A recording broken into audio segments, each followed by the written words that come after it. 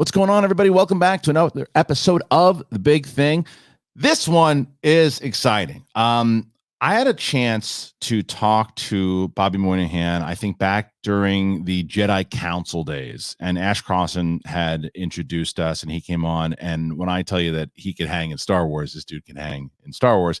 And then he was in Star Wars and he's doing a lot of other stuff. Obviously, you know him from Saturday Night Live, and now he's got Mr. Mayor on the show. Season 2 is coming up very soon, and I want to talk to him about that. I want to talk to him about some stuff with Saturday Night Live. You guys know I was a massive Saturday Night Live, especially during the years that he was on. So I want to talk to him about that. What's the interesting thing about Mr. Mayor that I really want to know about, the combining of politics, shooting it when they did, getting cast. So many questions I have for Bobby that I want to talk to him. And yes, we're going to geek out about the Book of Boba Fett.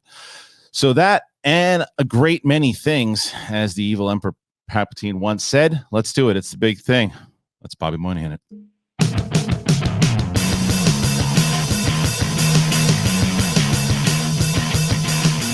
What's up, everybody? Welcome back. Big thing. And I don't want to even do all the things I got to do normally up top, but you know it. Show a little class. Will you subscribe? Hit the notification button.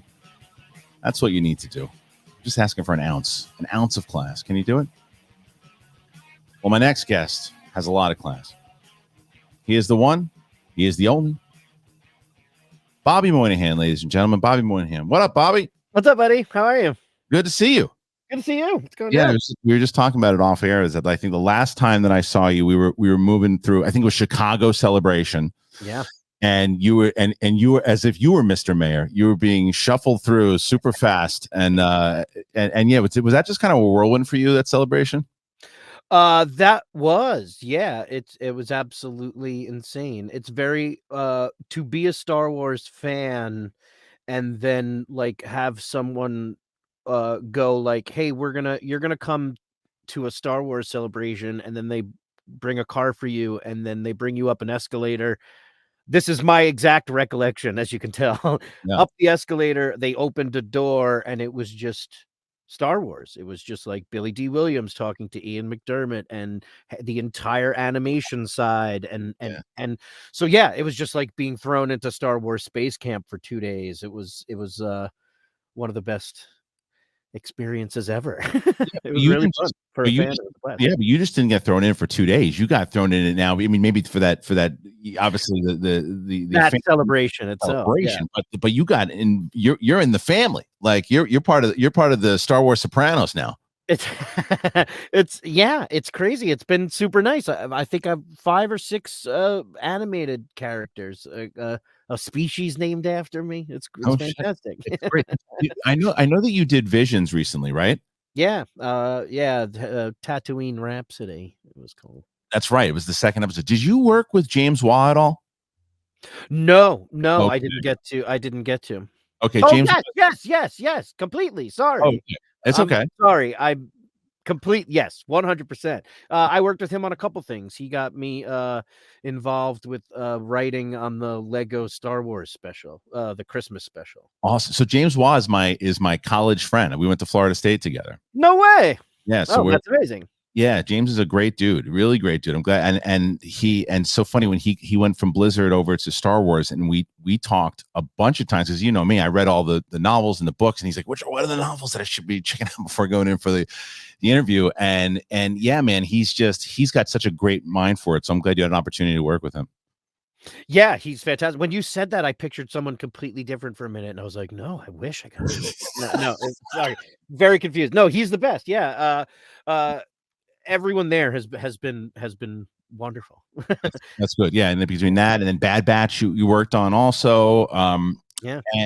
So did you work with Filoni at all? Yeah, I got to work with him. It was originally it was Resistance. Right. Was Filoni. I got to meet him for that, and they cast me as Orca in that, and I got to meet him, and then he put me in Rebels. I was in the last season.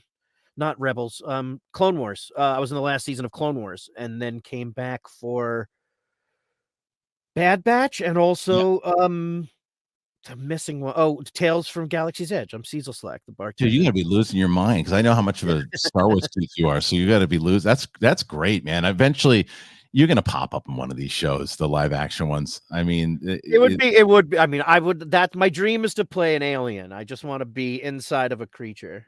100%, dude. That would be. I could see it. But right now you're busy. You're doing. Even when I was asking you as we're going into it, we're talking about what you're watching. You're like, I don't really have a lot of time to watch a lot of shit because I'm working and network TV. That's a grind. That's a grind. And so you're in season 2 now of Mr. Mayor. It's coming out.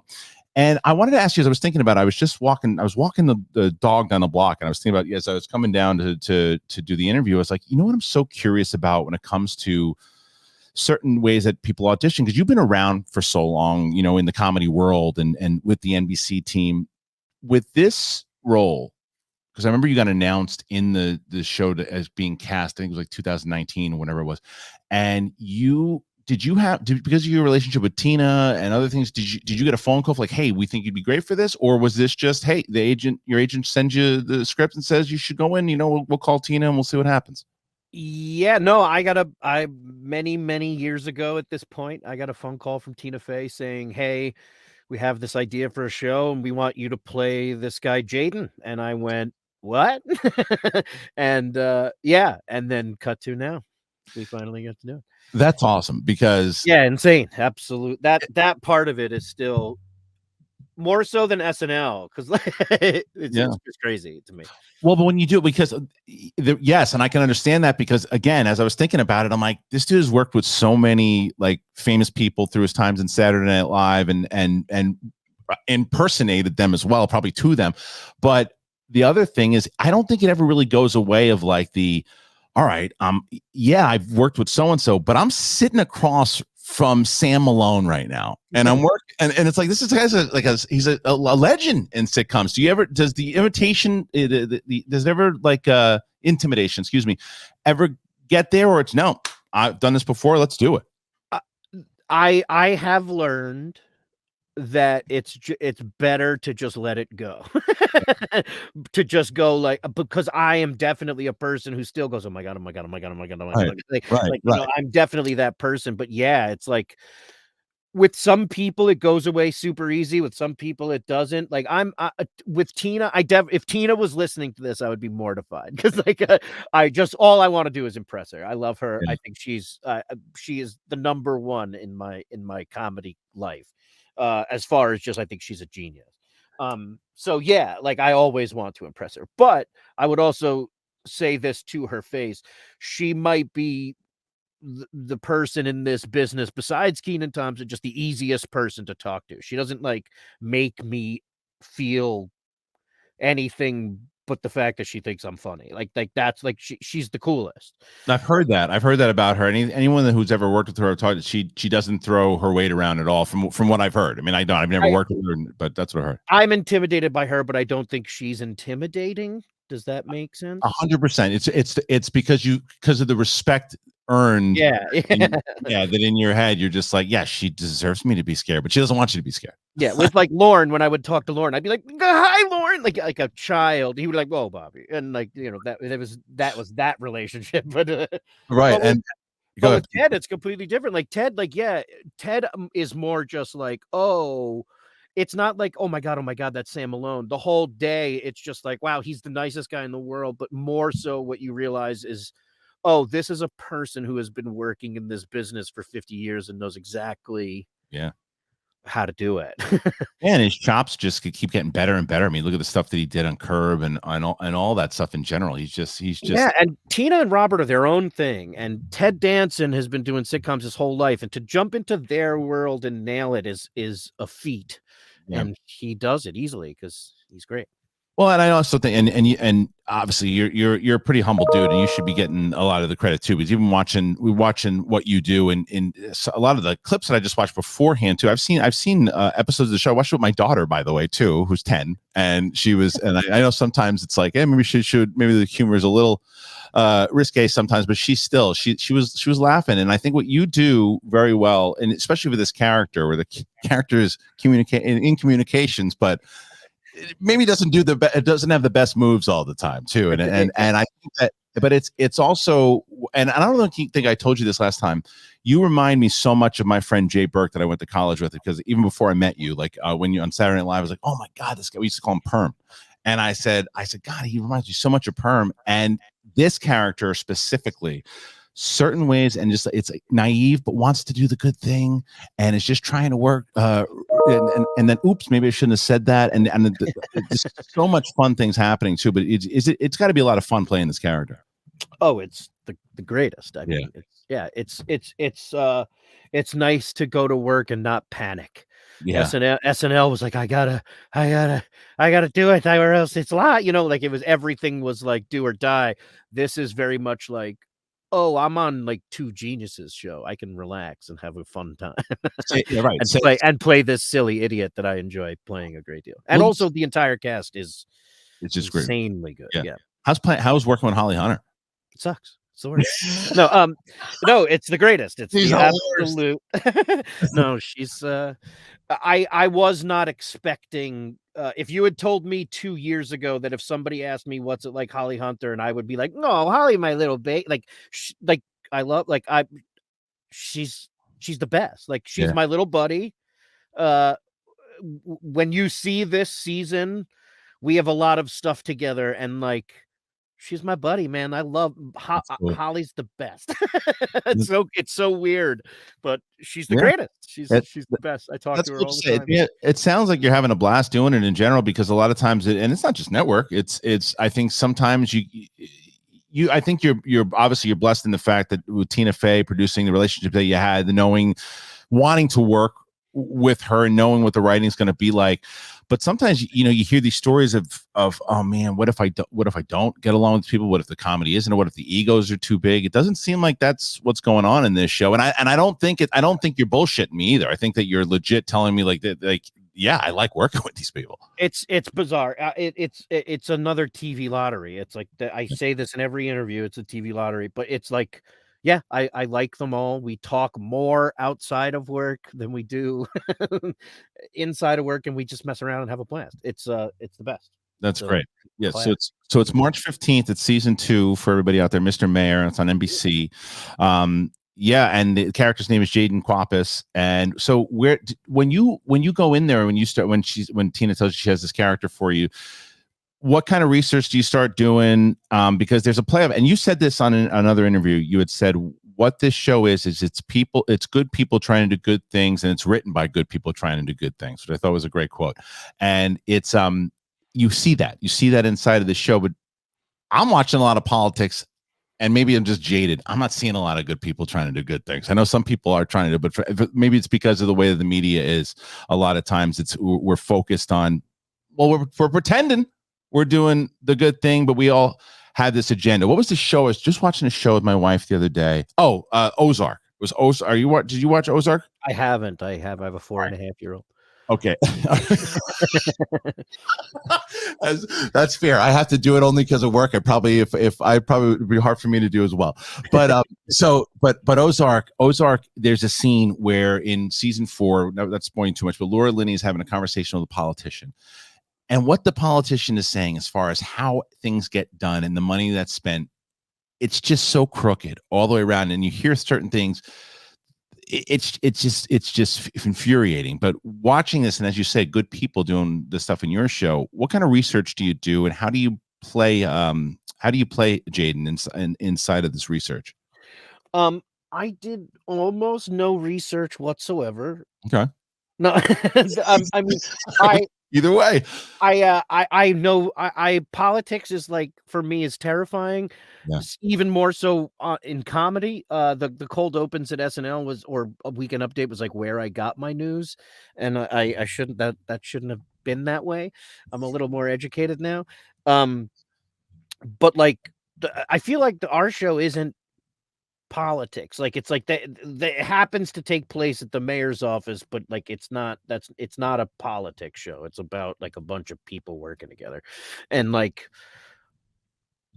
I think everybody went to City Hall together. Okay. And met with people in the mayor's office, and I didn't go that day. I couldn't make it that day, and I felt awful. So I did no research whatsoever. I'm not even sure what a communications director does. But my job on the show is to be an idiot, so maybe that's better. It works. Play into it. That's brilliant. I love that. Did you see why they cast me as a big dummy? A lovable dummy. It's a lot of fun, man. Jaden Quapis on Mr. Mayor. It's March 15th, season 2 for you guys. Make sure that you check it out. But you mentioned a lot with Saturday Night Live, and obviously last time we were on air together, we weren't really talking Saturday Night Live. We were talking Star Wars, and we'll do that too. But I just. Well, I have to show you this. Right before we got on the air, I saw this picture. I don't know if you see this. Cryer said he's going to let his next role be Pete Davidson in the year 2050. And I said, you better grow an elephant penis if you're going to do that.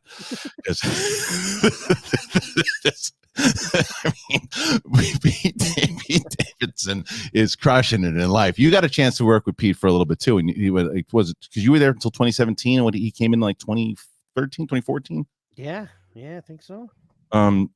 So, but working with all the people that you worked with and the amount of cast members, and do you have, and I'm sure you get this question all the time, and I apologize if you have to do it again, but one particular moment that stands out to you, not necessarily character, but like one moment, whether it was meeting someone, a sketch you did, like anything in general that really stands out. I know it's millions of memories. Just one in general, or and you think Pete when Davidson one? No, not Pete. It was Pete Davidson. Oh. I thought you were asking about Pete's the greatest. I knew a different Pete. I knew like Pete, like little Pete, who was like, "Hey, I'm here on the show. What's it like?" And yeah, now it's a completely different thing. He's like a megastar. He's like a megastar now, and I think, and well, that's I was there, but I was pre Ariana Grande Pete. Okay, yeah, well, that's the other thing too, is that when you see people coming in, that's what that show can do. Like that's what that show can do, and he did it. He's okay. I hope he's doing all right. I love that boy. I love how open he is about mental health and things that he's talked about. I'm a big fan of his as far as how open he is, because I realize when I look at Pete Davidson too, I realize that I'm old also, because like Pete. Actually, that is. How old are you, if you don't mind me? I'm 45. 45. I'll be 45 on Monday. So we come from the same school, you and I. Like, to where, like, when 45 school, you were the school of 45. School of 45. Like my daughter and I just saw that scene that he and Chalamet did, the thing with they're doing the yee and it's hilarious. But it's so over my head, and it's this TikTok generation that my daughter is laughing her ass off, and I'm going, see, like that's why he's hitting to that generation the same way that like Sandler hit to me, and like that type of thing. So I got it, and I get why he's having the success that he's having. But I just being there and just watching what that show is continuously is able to do it's insane. It's 75, right? That's when it was first season. That was the year we were. I think it was 75. Yeah, this is it's almost, we're so soon to be 50 years. That's nuts, crazy, man. Yeah, do you still and so that's another one though. We're talking about Star Wars family. Once you're in that family, so do you, when you left, do you still, I mean, you keep up with a lot of people obviously, but do you still keep in touch with with Lorne and stay involved in all that stuff? And so as far as like, I don't even know how it works, like when they're doing events and things too, do you always just yeah, I've spoken to Lorne. Lorne called me when I had my daughter. Like I speak to Lorne, like, like on occasions, and congrat a lot of like, how are you, holidays and like, stuff like that. But as far as like day-to-day stuff at SNL, no, it's like, it's a different world now. That it seems like 100 years ago. But like I still talk to a bunch of people from there. It's all wonderful. It is. It's the way that it's incredible how the show just talked to Karen like 20 minutes ago. Well, yeah, I know you guys are boys. Do you know Mark Andreyko at all? I do. Yeah, because Mark Andreyko is a very close friend of mine and a Schmoedown competitor, and I know he and Taryn are pretty tight too. So I figured you guys probably run into each other. Last time we talked about, speaking of Taryn, was that poor debacle that you went through when the premiere at the Last Jedi, when you got that whole thing. The worst. Do you remember that? Of course. How could I forget? I was supposed Was it? It was Force Awakens. It was the first one, right? Oh, it was no, I think it was Last Jedi, wasn't it? Was it? No, Last No, Jedi. That's the second one. Yes, yeah, because I made the third one, so it was the second one. Sorry, that's what I was. Last Jedi. Yeah. So for people that didn't know, can you give a little, because that was on the old show. Can you give a little rehash on what happened there?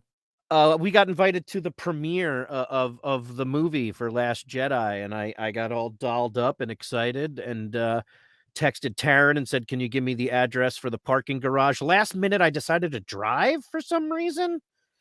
That's right. I don't know why. And I asked him for the address of the parking garage, and I started driving and so excited, and I was all pumped up. And about 45 minutes into the drive, I was like, I've been driving for a while. And then hour and a half, and then I was like, what is going on? Why is this so far away? And then I just pulled up to some resident. You're back. So you were driving for the parking lot. You're driving around for quite a while. Drove around forever. Drove for like an hour and a half, and started to wonder why I was still driving. Pulled up to a residential home and was like, I've made a grave mistake. 3.5 hours later, I got home realizing in some miscommunication, I had the completely wrong address and ended up in like St. Louis Obispo, California, or some crazy place. I don't even know where I was. How do you keep it together when you get home? Are you just like so pissed off? It was the most silent I've ever been. It was the most silence ever. It was the most silent. It's the only way I could explain it. I was never so still. Yeah, who can you get mad at? You're just mad at yourself. So it's like, oh, that's the worst. There was no anger. It was just like, right. It was just that. Oh. Okay. We are in 2022. We're in it. We're doing it. And now, cheers to you and resolutions that you're going to actually keep. How about this? You know what you need? You need clean and shiny balls all year around. And our sponsors at Manscaped are here to save your balls. They're going to save them. And they're going to make the ball drop in 2022. It's going to be the cleanest and sexiest that you've ever done. Set your New Year's resolution with good intentions and join the 4 million men worldwide who trust Manscaped. The exclusive offer, though, you got to go to manscaped.com. You got to use that code, big thing, for 20% off and free shipping. Now, I love the nose trimmer that they send. I spent too much time with that nose trimmer. We become friends. My wife, jealous of the nose trimmer. I named it Earl. Yeah, Earl the nose trimmer. He's pretty great. He works. He'll be working for a long time. I like that Earl. And for me, it's a new me. And we use the global leaders in below the waist grooming. And this year, take that package of yours to the next level with their performance package. And it's the 4.0, and it's the brand new ultra premium. They got the body wash. I love that body wash. It smells good. Stay in the shower a little longer because it smells so nice. A grooming routine, it's not complete without applying the crop preserver, the crop reviver before showing off your 2022 self. So, to complete the set, Manscaped threw in the Shed travel bag and the anti-chafing boxer briefs as free gifts to keep all of your goodies stored comfortably. I love Manscaped. I give it away for gifts for the holidays, and I still give it away. People, they lose their minds. They don't realize how good it is. It's the best. Kick discomfort and poor hygiene to the curb this year and use the best tools for the job. Go to manscaped.com, use that offer, 20% off, free shipping. Gotta guys use What's that mean? That means use the code BIGTHING. Cheers to new balls in this new year. Get 20% off and free shipping with the code BIGTHING at manscaped.com. That's 20% off with free shipping at manscaped.com and use that code BIGTHING. It's a new year. It's February. No pubes in 2022. Don't be disgusting animals. Manscaped. Do it. Get yourself a fucking Manscaped, will you? So you finally get to go to the third one and you make sure what do? They helicopter you in for that one so you don't miss it? I went no, I did the complete opposite like a child. I got there super, super early, and they were like, "Do you wanna meet everybody and talk to the press line?" And I was like, "No, put me in the seat." And I sat there for, like, 45 minutes alone, just Oh in man, my seat waiting for the movie to start because I was like, I'm not going to the bathroom, I'm not missing anything."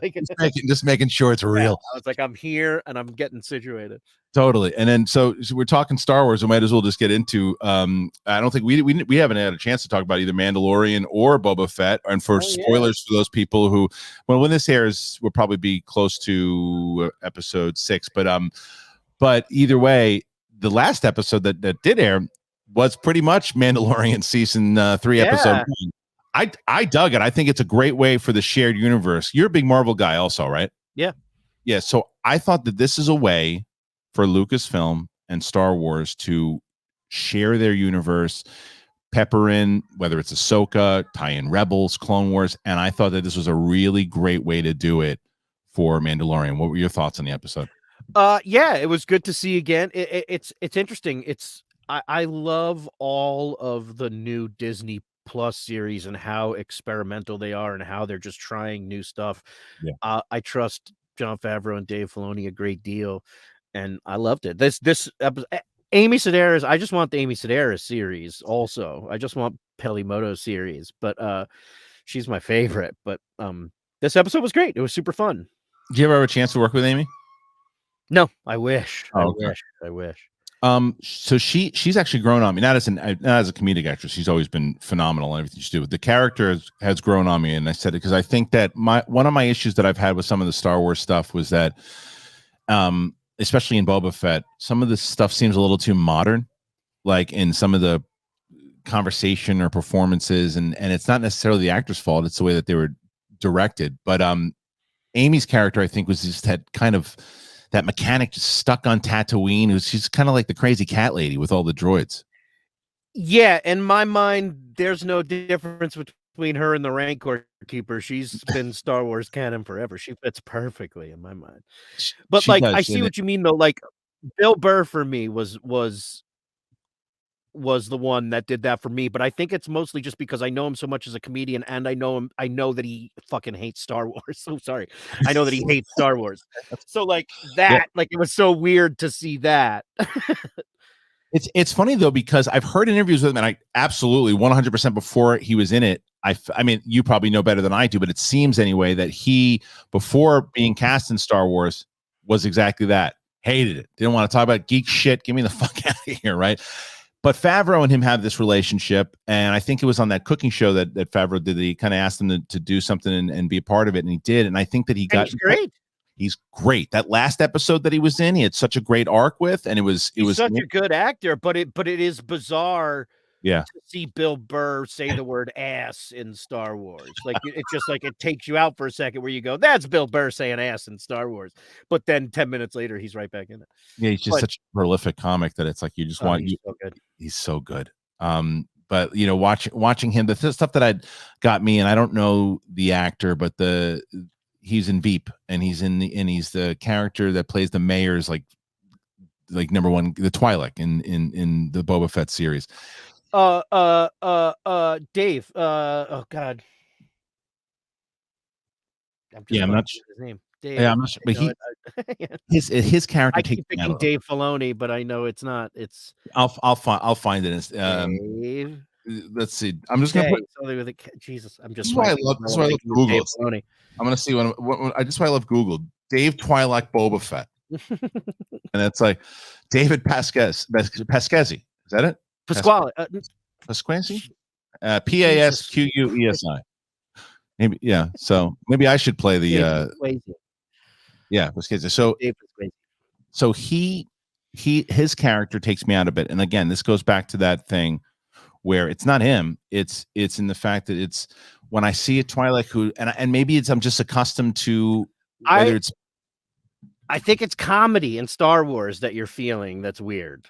It's hard to do comedy in Star Wars because it's so weird, and all of those people are comedians trying to just make it sound natural. Yes. And I truly think that's what it is. I It's think like it's a mixture of Horatio too. Horatio did a fantastic job as the myth role. I That's didn't so mind. hard to do comedy in Star Wars. It's true, but I think there is certain comedy that can work, right? Like, look, I always use the example of episode 4 with Han Solo when he's like, "I'm fine. How are you?" Boring conversation anyway, and shoots the thing. Like that to me is Star Wars humor. The Mandalorian, the one I reference all the time is when the Mandalorian is sitting talking to the Jawas in the first season, and they're teasing him on how horrendous him speaking Jawa is, and he tries to set them on fire.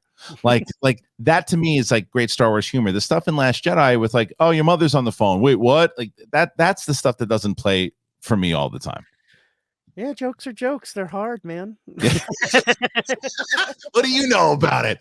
What do you know about it? Well, no, I'm Kidding. I'm kidding with you, of course. It's so hard to do comedy, nonetheless. Star Wars comedy, I truly think one of the hardest comedies to portray. I'm sure. I joke with that, of course, and especially from start. I mean, I stand up comedy and Comedy Store and all that. That's where that was my life, So and I obviously what you're talking You did about. stand up there, huh? That's crazy. That was my place. That was my home. I became a regular there in 2002. It's how I met Mark Ellis. And it's kind of how I built all that stuff out. But yeah, man, like going and just hanging out at the comedy club.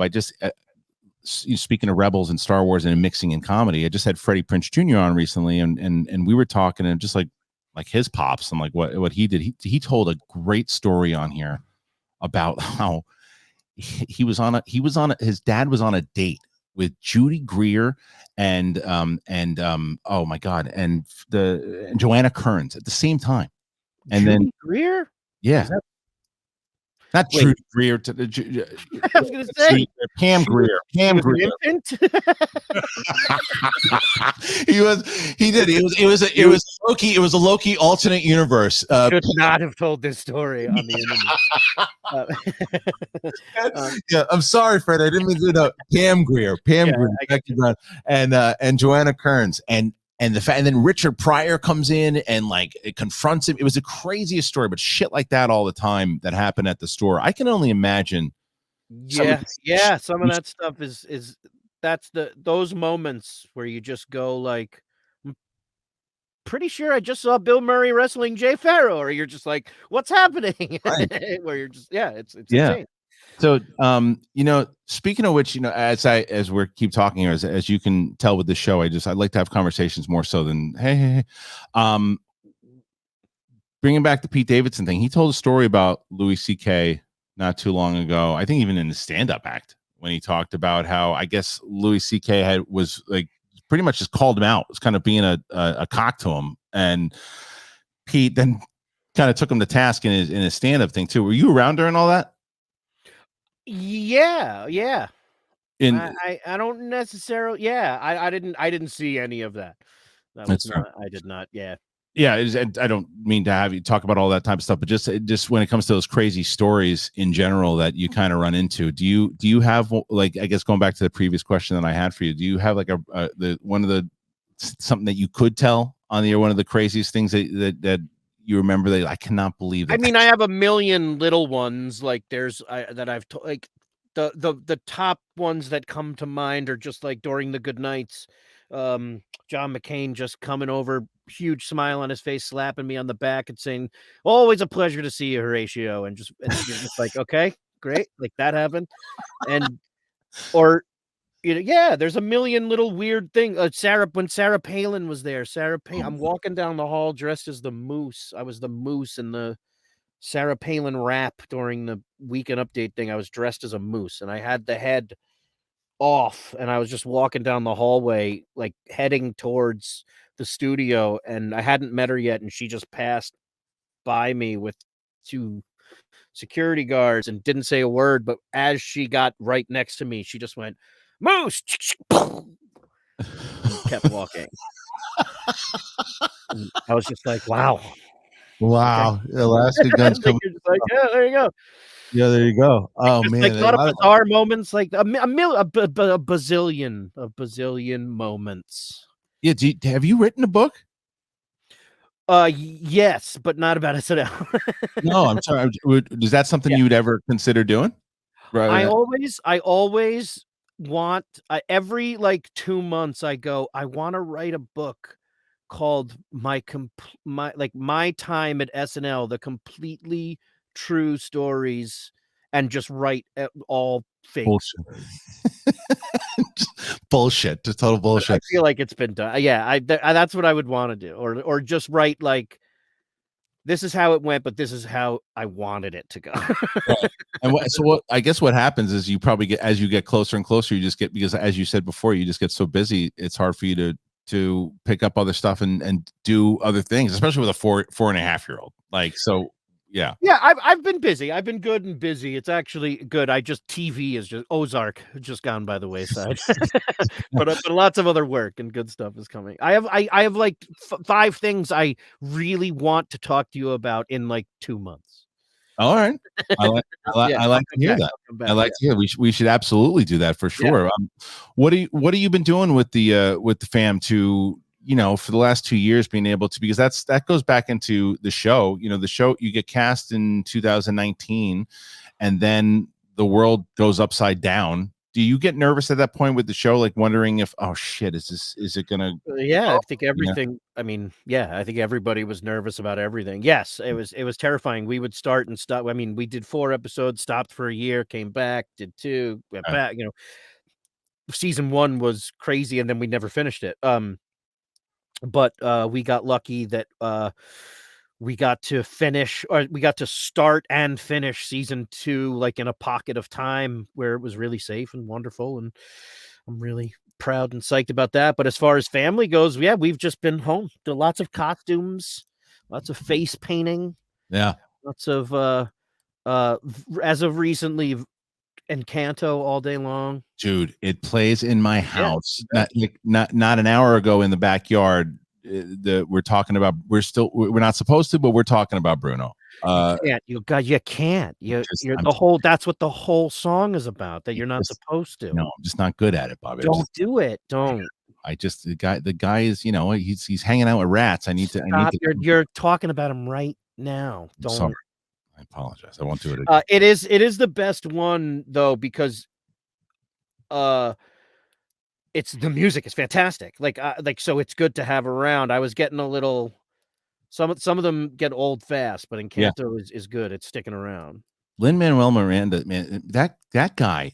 It's He like can write a tune, man. He can write a rap song. it's it's crazy. So I just watched over whenever it was over December. I watched Tick Tick Boom with Andrew Garfield, and Mhm. it's about the guy who Jonathan John Larson. Larson, yeah, who for Rent and all that.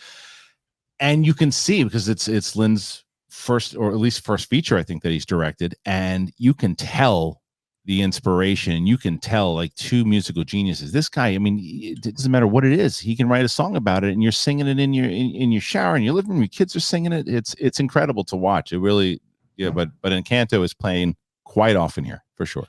It's amazing. It's Yeah. really good.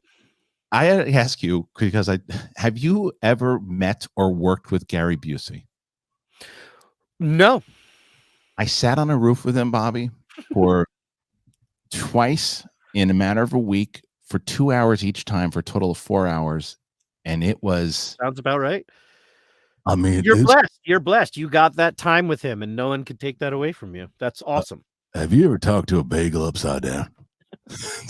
That is a shockingly fantastic Gary Busey. That it he would ask me something, and I ask him something. What?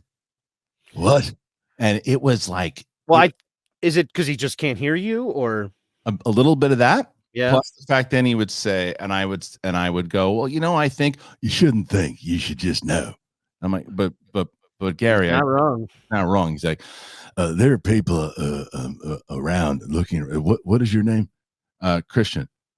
Fine. And he'd just go through and he'd say, dog. Did you mention your dog? Dog, daring, onward, godly. I'm like, thank you, Gary. It's just he was some. I mean, just is a magical thing. But I was asked to do a podcast with him, and then realized I just can't, because not just because the man is he's Gary. He's Gary. Yeah. He's Gary. It's And yeah. maybe we help Gary instead of making money off of Gary. Weird Gary is. Yeah, that was the thing, is that he wanted to do the podcast though. Honestly, he was there because he wanted to do a podcast, but I think he just wants to do his thing. You know what I mean? He just wants to. Oh, Gary's in charge. I feel like of Gary. I feel like you don't come in and go, now you do this now. No, he's controlling the controls, and there's no one else on that ship, and that's fine. Good for him, man. I wish I could do that.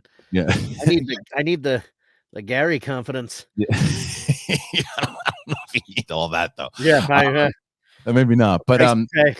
but anyway, but I was asking you too. You're doing the stuff within Canada, the family, and it's just like how, for me, because my friend Kevin just had a kid recently, and I was talking to him. I told him beforehand, it's like, it just changes your life, man. It's like, because there's always, you could be with your significant other and everything too, and of course you make them your priority, but it's so different when you have a kid. It's like how the focus, you just can't be selfish anymore. The focus just goes all into the kid. Yeah, the one thing, I hate this pandemic, but I at the same, everyone does, but the one thing that has been good about it is it gave me time to sit down and go, hey, take care of yourself and your daughter, and I got this time, and I'll always have that. And that's, I don't know if we didn't have it, if I would be running around crazy still, not thinking. It's a great point. My wife said it the other day. She's just like, when is it gonna be? Because she's worried about it. I have a 10-year-old and I have a 4-year-old, and so my wife says the same thing. She's just like, are we like, they're not, when we look back, are we spending the time? And I go, honey, the one thing you can definitely look at is, you go back for these last 2 years, the amount of time that we were able to spend with them. It's like, it was a blessing and a curse at the same time with this thing, because we get to spend so much time with them. And like you said, you take that type of stuff for granted, like, because for as busy as you are and running around, like, who knows during that time, in that 2 years, how much you might have missed. Yeah, it's insane. I also feel like I'm going to choose jobs differently now. Like yeah, it's everything has changed. Well, everything has changed, and you're not the most important person anymore. So, and that's a good thing. I never was. Oh, learning that. Yeah, trust me. You know what? It's learning that you always were. And that's what it is. It really is. Isn't that shitty? It's we were the answer all along. Was we just had to take care of ourselves. We just had to figure it out. No, it is, because it came. I always, you go, especially as you get older, you're looking through things and you're going, oh, I looked at this perspective of when I was in my 20s, what was so important to me and what I needed to accomplish and what I have to do and this. And then you're just looking at these, for me, these two kids, where I'm like, well, no, and now I got to make sure that they're the one on my goals, and what I'm trying to do now is not for me. It's to make sure that they're good. That's what it ultimately comes down to. And I'm sure that it's been the same for you. Yeah, it's been, I think, a huge wake up call for the world. Hopefully. Or it'll just split us down the middle and we'll all kill each other. Right? You're not wrong. Unfortunately, you're not wrong. But let's jumping back into some Star Wars shit. Into not something that doesn't want to make us kill ourselves. That's true. That's true. Nothing. Well, and that's Star Wars. That's why you're going into Star Wars. Sweet escape. Yeah. Is there other stuff though besides with Mandalorian, Boba Fett? I mean, do you keep up with all the news that's coming out as far as the series? Or you just, when it comes? I mean, I like to think I'm more informed than most, but less informed than the best. Yeah. Is that the way to put it? Like, I'm pretty good. I think I know what's going on in the books, but like, I haven't read all of them. You know what I mean? Like, it's like sometimes someone will ask a deep question and I'm like, I'm not there yet, but I'll get there. Oh wow. So you're probably more even in. So last time we talked, I was reading all the books and all the comics. I'm not reading the books and the comics either, but the TV shows and like for me, the ones that I'm really looking forward to. I try to keep tabs on everything. All right. So which series then are you looking forward to the most at the moment? I mean, obviously Kenobi. Well, ooh, I almost said obviously Kenobi, but then I thought about Ahsoka. I think both of those are going to be phenomenal. I just love Filoni, and I can't wait to see that. And I think uh, Ashley Eckstein is an absolute powerhouse. But I kind of love Rosario Dawson as live action Ahsoka, and I'm enjoying that. I can't wait to see more of her in that role. Well, especially the fact I'm so curious with that one that they announced Hayden Christensen coming back for that one, considering that Anakin's gone at that point. So are they doing flashbacks? Are they doing Force Ghosts? Like, what are they doing? So that He's gonna hop in a back to tank every 10 minutes and keep going back with, and they actually they show him every episode just murdering sand people. That's it. That's every episode. Only children, just the dogs and the children. So I murder them all, and then Padme falls more in love with them every time he tells them. Yeah. Every time he tells her. But someday this ship is gonna come back. I tell you. one day, but that is a show that I'm looking forward. I don't know why she sounded like Joe Pesci. I apologize. She never sounded like Joe Pesci. Do you know how much money I would pay to have Joe Pesci in Star Wars? Do you understand? I want to see Joe Pesci in the Amidala outfit. Just wears the whole thing. He should be Padme.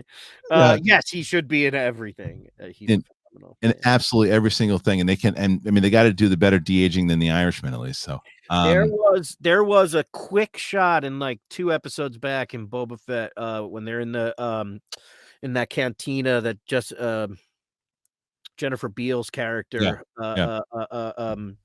is the manager of, where there's a Shadra fan with a little gray beard for 1 second, and I'm like, that's Orca. I don't care what anybody says. That's live action Orca. He's cheating on flicks. I saw it.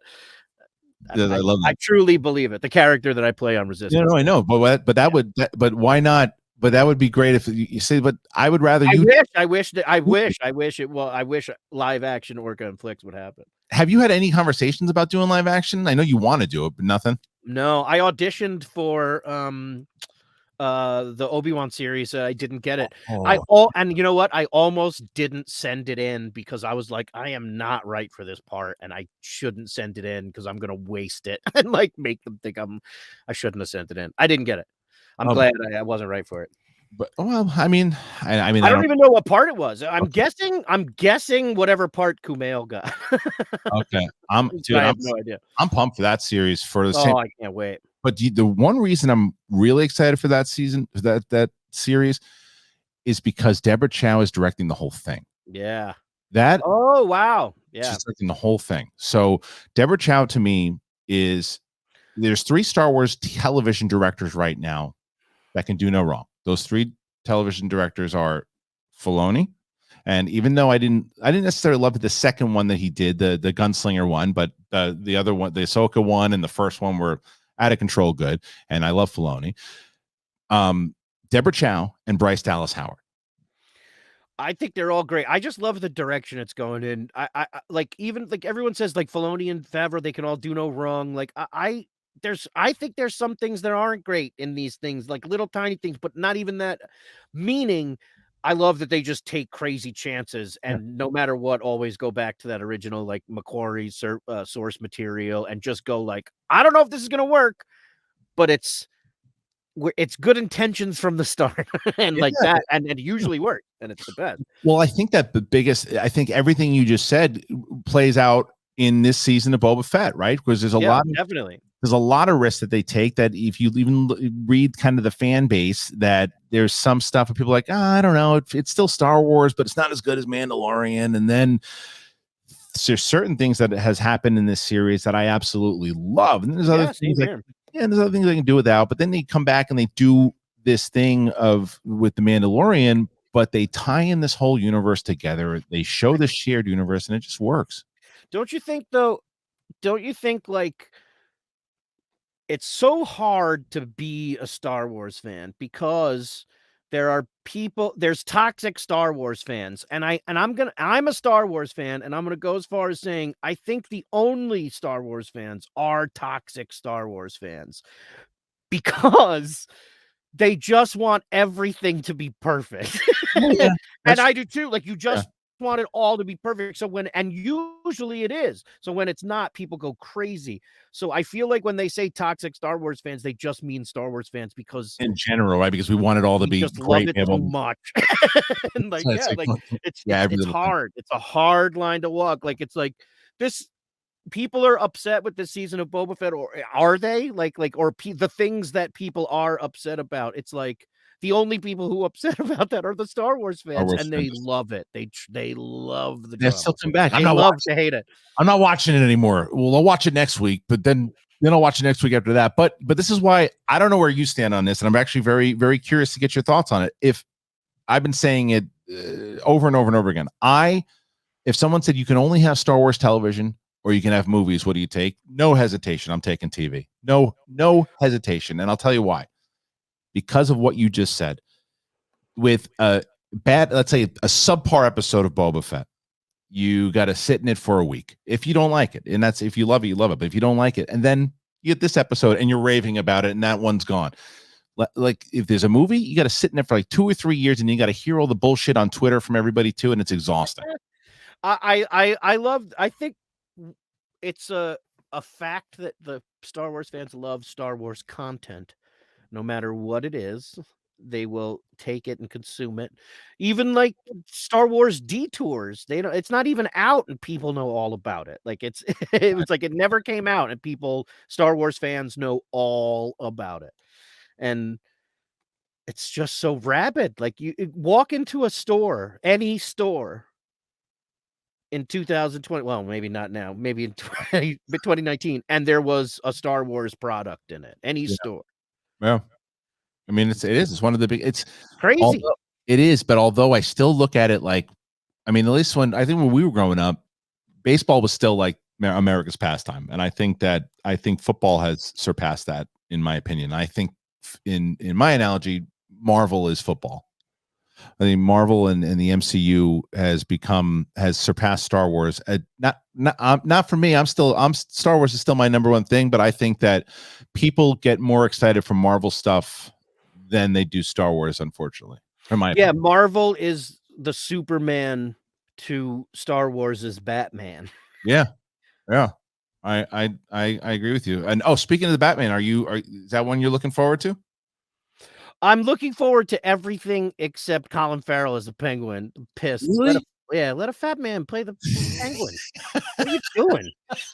You're not giving me hot makeup to put me in a movie. You're not making Chris Hemsworth is putting on fat suits. No one's giving me a muscle suit and making me a superhero.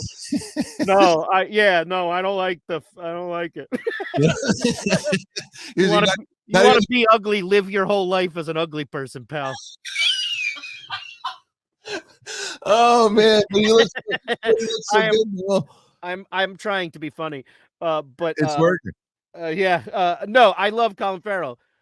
Come on, pal. When my sister got married 20 years ago,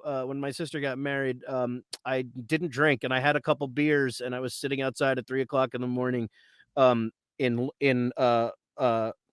Long Island, and a cop car pulled up outside of the hotel, and 2 cops got out and just opened the back door and let Colin Farrell out, and they were like, "Such a great time, so great to meet you, buddy." And he was like, "Great to meet you guys." And he walked into the hotel, and I was just like, "Must be nice being beautiful." Wow. Wow, that was just randomly in Long Island. I don't know what. My sister's wedding, I was drunk and a cop car pulled up and Colin Farrell got out and went in the hotel. I have no idea. Possible it wasn't Colin Farrell because you were hammered? No, it was him. I've had situations like that. It was 1,000,000,000% him. And then I guess the last question before I let you go, speaking of being hammered, and again, I know that this is one that you get all the time, with Drunk Uncle, which is one of the most iconic characters I think in Saturday Night Live history. Dude, it's so good.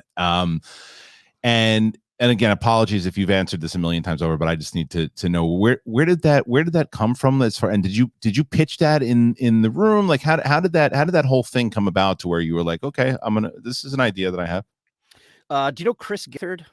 No, I don't think I do. Chris Gethard's comedian, UCB guys, done a bunch of stuff. He was a friend of mine, and I used to do a bit with him at this bar called McManus, Oh yes, I know who where Chris is. I would Yes. pretend. Yeah, I would Yeah. pretend to be very, very drunk, and I would just rap. I didn't drink at that time, so I would just like pretend to be really drunk, sit at the bar, and sing the song "Let Me Clear My Throat." I was just Yeah. like, "Let me clear my throat," and pretend that I was crying just to make Chris laugh. It was just this dumb bit. I don't know how it started. It was just this weird drunk thing that I would do to make Chris Gethard laugh. And then one night at SNL, Colin Jost was like, "You want to write an up?" Oh, that week I had I had written a sketch that I thought was going to be like the next big breakout character. It was a suit salesman named Lionel, who I went to buy a suit, and this guy was nuts. And I was like, "This is it. This is going to be my next big character," and it bombed. It Oh just man. bombed at the table. And I was like, "Well, at least I got this silly drunk thing I wrote with Colin at 5 o'clock in the morning," and like then. Now that was the one that stuck. Yeah, I walked into Colin's office at 5 in the morning. He was like, "Do you have anything? Oh, I got to write an update." And I was like, I don't know, like maybe like a drunk uncle, like just like that uncle that's always drunk, but says weird. And like an hour later, he was like, "I'll write something up," and he did. And I read it once and was like, "Yeah, this is funny. We'll try it." I got this other thing though that's great, and that bombed. And drunk uncle did really well. And now cut to That's I have a crazy. Funko Pop of it right over there. Yeah, that's great. Well, do you get to a point though too where they're like, because and I always wondered this with SNL, like if once a character hits a lot, like always, if they're like, "Okay, we want you to do Drunk Uncle again," you're like, "Again?" Does that ever happen? It never got there with Drunk Uncle for Okay. me. I feel like it was too precious, Yeah. but, like, I'm glad Kristen probably had that. I Yeah. never had, like, a time where I was like, "Oh, they want me to do this again?" Like, no, I was always very happy to do it. Well, it's No, awesome. I never got there with any of the characters, I don't think. Maybe, like, maybe I was in some sketches and I was like, "I don't think I wanna be doing this one again." But, Yeah. it wasn't something like Drunk Uncle that I wrote, or it was somebody else's garbage. Well, well, it was phenomenal, and thank you for giving him to us because it was Thank you. so many laughs. And dude, thank you for doing the show. It was a pleasure to talk to you again. Yeah, good to see you, man. And when you're when you have those things to talk about in 2 months, let's do this again. Yeah, definitely. All right, ladies and gentlemen, please check out Bobby Moynihan. You can see him on Mr. Mayor. It is March 15th for season 2 on NBC. The great Bobby Moynihan. We will see you guys next time. Don't forget, please hit that subscribe button. Show a little, will you? And the notification button as well. It is the big thing. I am Kristian Harloff, and we'll see you next time.